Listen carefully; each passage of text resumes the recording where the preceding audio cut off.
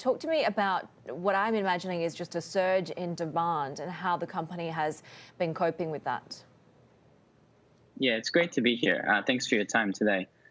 We've seen really incredible interest from education providers all over the world.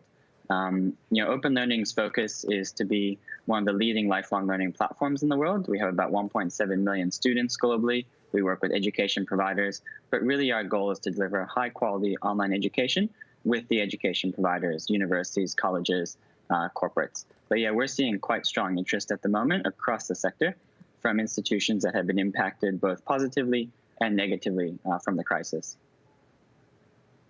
What about here in Australia as we get kind of a mixed bag of kind of regulations and guidelines on what the schools should do, but it's fair to assume that probably after the Easter holidays you may see schools kind of delay going back for the next term. Have you seen kind of interest in this part of the world, and what are schools doing to get a coherent, consistent online curriculum going? Yeah, so I mean, we are seeing a number of challenges across the sector. Our focus has historically been on universities, colleges, vocational education, but we are also seeing interest from schools who are trying to transition their curriculum online. Now, what really is happening at the moment is that there's a number of universities, number of schools looking at stopgap solutions to try and move online as quickly as possible. And that usually looks like moving content, videos, quizzes, things online. Now, in the short term, that's understandable. But in the medium to long term, much higher quality solutions are required.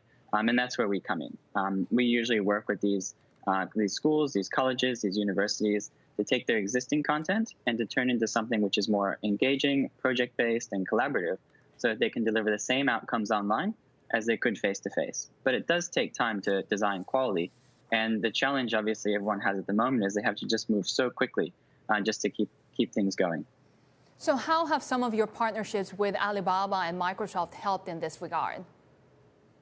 Yeah, so Open Learning is a global cloud platform. We support 1.7 million students, thousands of courses, and in some cases, tens of thousands or even over 100,000 people joining courses at almost the same time. So Microsoft and Alibaba Cloud allow us to actually scale our infrastructure very quickly. Now, the partnership that we've done with Alibaba is a direct result of feedback from our customers around the challenges they're facing reaching students who couldn't make it to Australia for the start of term. And we estimate there's at least 70,000 students, international students in China, who were expecting to come to Australia to study. And now we're working with a number of universities to actually help reach those students online.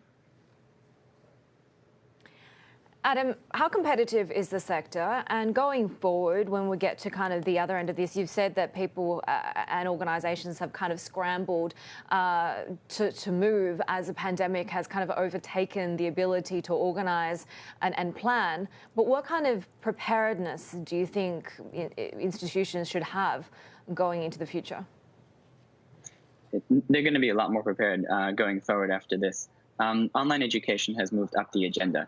When I first started this company over 7 years ago, the challenge was trying to move from online education being a nice to have to a necessity. And now what everyone sees is that there are a whole host of things that may require campuses to be closed, schools to be closed. And going forward, after we get through this very challenging period of adjustment, all these institutions are looking at, okay, how do we actually deliver something that inspires, engages the students online? And that means that when students study online, they don't feel like they're getting, a lesser experience than face-to-face. They'll actually feel that it's as good or possibly even better. So going forward after this, that's what our focus is becoming. How do we actually work with these institutions to help them invest in quality education to deliver great outcomes for the students?